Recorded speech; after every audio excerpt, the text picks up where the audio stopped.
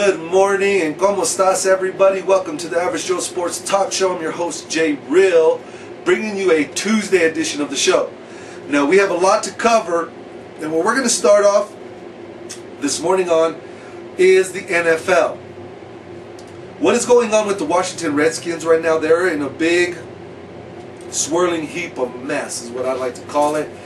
They are right now, Coach Shanahan is considering and debating with his fellow coaching staff, and I'm sure the owner, Dan Snyder, whether he should sit RG3 for the rest of the season and allow the backup quarterback to start and finish out the season. He doesn't want RG3 to get injured. This is the problem with that. Shanahan, you should have decided that last year when RG3 was limping around like a gimp, barely was able to just run on his leg. It looked like a mangled mess, and anyone and everyone, you don't even have to be an NFL coach, you could see the man needed to be pulled out of the game to risk further injury, and instead, what do? You leave him on the field, and he tears his knee out.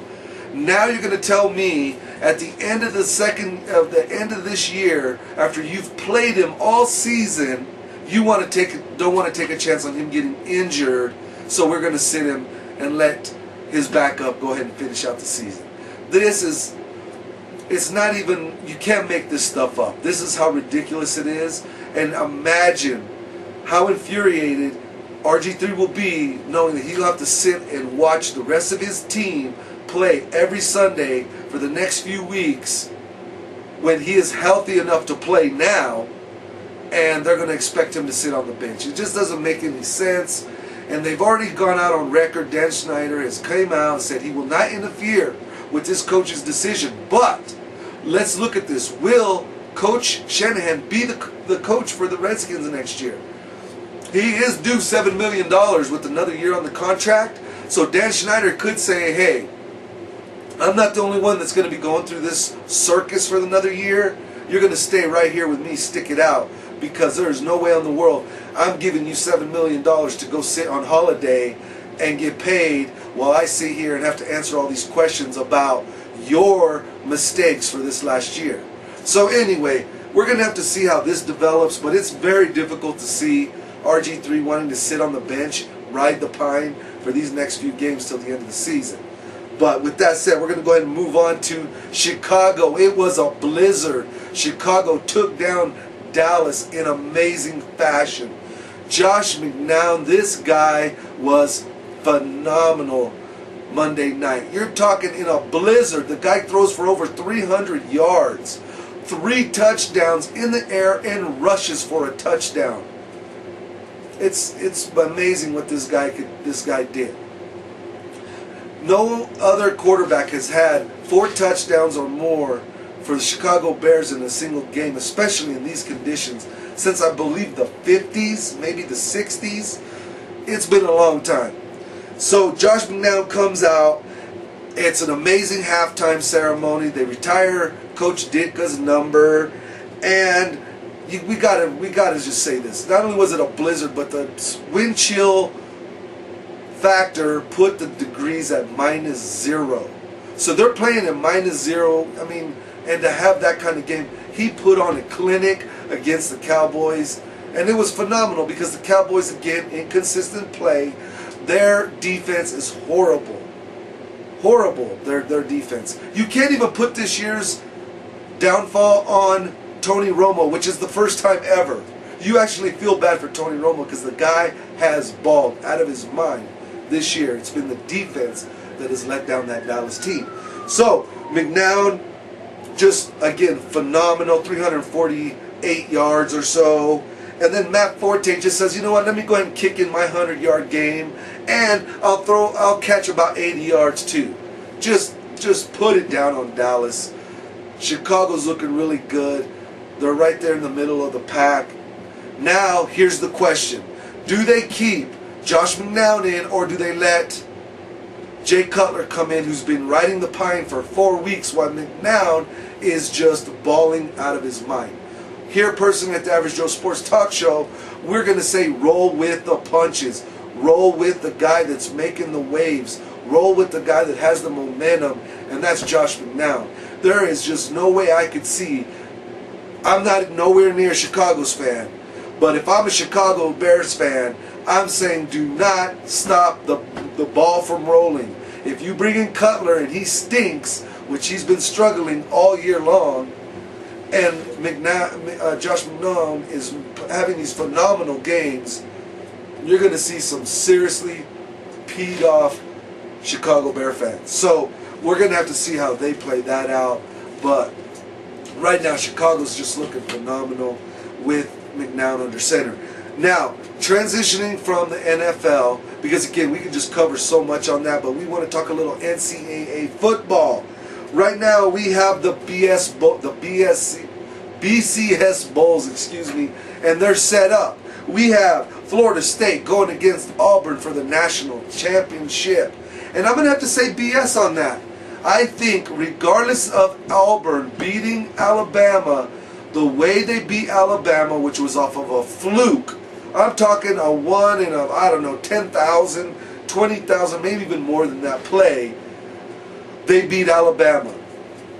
Alabama, who has not lost but what, 1 or 2 games in 2 years, and the one game they lost to was Texas A&M last year, early in the season.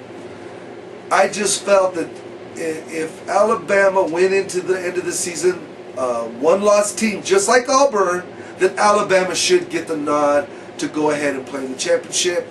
But we have no problem with them playing in the Sugar Bowl against Oklahoma. It's not the championship, but Alabama blew it. They should have not been in a contest with Alabama. They should have rolled Tide roll, like they say, and just smacked them around. But instead, they let a fluke play end up beating them. And that also might cost A.J. McCarron. We'll talk to that here. We'll talk about that here shortly. Then we got Michigan State versus Stanford in the Rose Bowl. Michigan State also rolling along. I mean, putting it on Ohio State. Ohio State had a chance again to go for a championship. Instead, they blow it. And now Ohio State got to face Clemson in the Orange Bowl. So there's your big bowls for the NCAA. And now that we're on NCAA, let's just wrap up this topic in this area with the Heisman finals. We have Florida State's quarterback Jameis Winston, who is the favorite to win. Not in my book. He just was getting cleared, or just got cleared off of sexual assault charges last week. So they are not pressing charges on him. But that's not a good indicator for many guys that have the vote. But still, they feel that he will win for some reason. He did have a phenomenal year. He is a good quarterback. And then you have Jordan Lynch from Northern Illinois, quarterback again. And then, don't even ask me, why is Johnny Manziel in the freaking Heisman Trophy race? The guy's lost like 3 games. How is that possible? Just because you're Johnny Manziel, the name, you automatically get dipped into the Heisman Trophy? Just because he won it last year? Now, if he has a 1-game loss, okay, I understand that. But the guy has multiple losses. Why is he in the Heisman? I mean, that's just crazy to me. And then you got Alabama's A.J. McCarron. He had the chance to do it, and he should have won it last year. He was the guy's won 3 national championships. Well, was going for 3 and blew it this year. So, with that said, A.J. McCarron should have got it last year. He should win it this year, but he blew the game. So, he's on the fence. He's the safe bet. He does good in school, isn't in the news for negative reasons, has a beautiful girlfriend, a perfect story life, and has been the quarterback for one of the best colleges for his whole career. It's an amazing story, but he will not win it. Then you got Auburn's Trey Mason, and then wrapping up with Boston College, Andre Williams. So those are the guys getting the invites. And again, Florida State quarterback Winston does look like the favorite. Okay, now moving on from that, we're going to go ahead and go into our wrap-up. Before we do, we got to thank the Player Zone. That's all your gaming, sports, memorabilia, comic books, action figures, Star Wars, you name it, they got it. All your birthday and Christmas needs. Come check them out at 2117 Sudreth here in Ruidoso, New Mexico, or you can contact them at 575-257-0559. Again, the Player Zone, just an amazing place. all your gaming needs as far as Magic, Yu-Gi-Oh, Pokemon, all that stuff. They're just really cool. And then we cannot forget Freestyle Jewelry and Freestyle Productions. They are an amazing brand new company, and they are all partnered up together with the Player Zone and us here at the Average Joe Sports Talk Show to do a fight against the bullies. There is a No Bully Zone campaign going on here in Lincoln County, and Player Zone is heading it up, partnered up with everybody, all of our sponsors, because Lincoln County, and I'm sure all over the world, is tired of bullying, and we want to cut that crap out. So if you're interested in getting it with us and getting involved, because we will send you a No Bully Zone sticker or plastic little dooley bopper there to put in your window so you can show that you are against the bullies. Now, moving on from there, we also have to thank Seeping Springs RV Park and Campground. They are also one of our sponsors and a big partner in the No Bully Zone. Why Bully Be Afraid campaign that the Player Zone again is heading up here in Lincoln County. Now, let's just go ahead and go into our wrap up. We are going to be talking about the Magic Minute. That's right. Magic the Gathering is a huge aspect of the gaming community right here at the Player Zone. Friday Night Magic every Friday starting at 5 o'clock and usually wrapping up by 9. Anyone's welcome to come.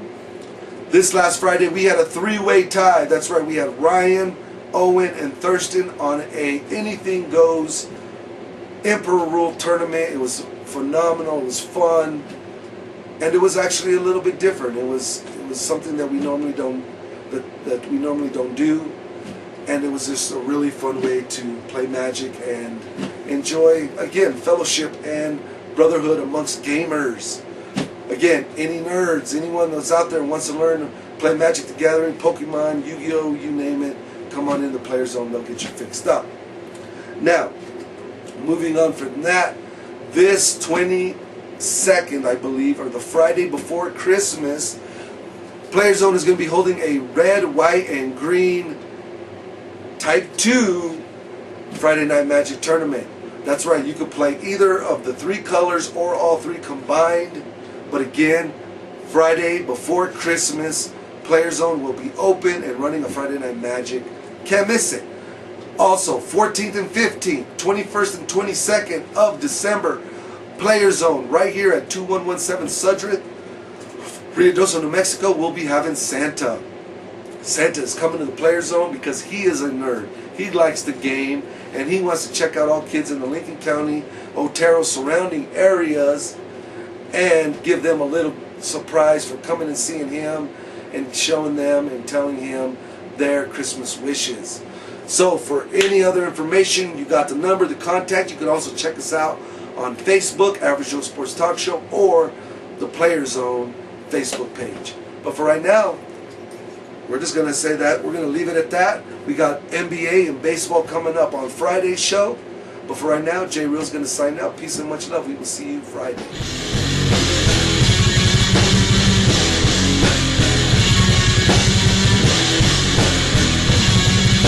It's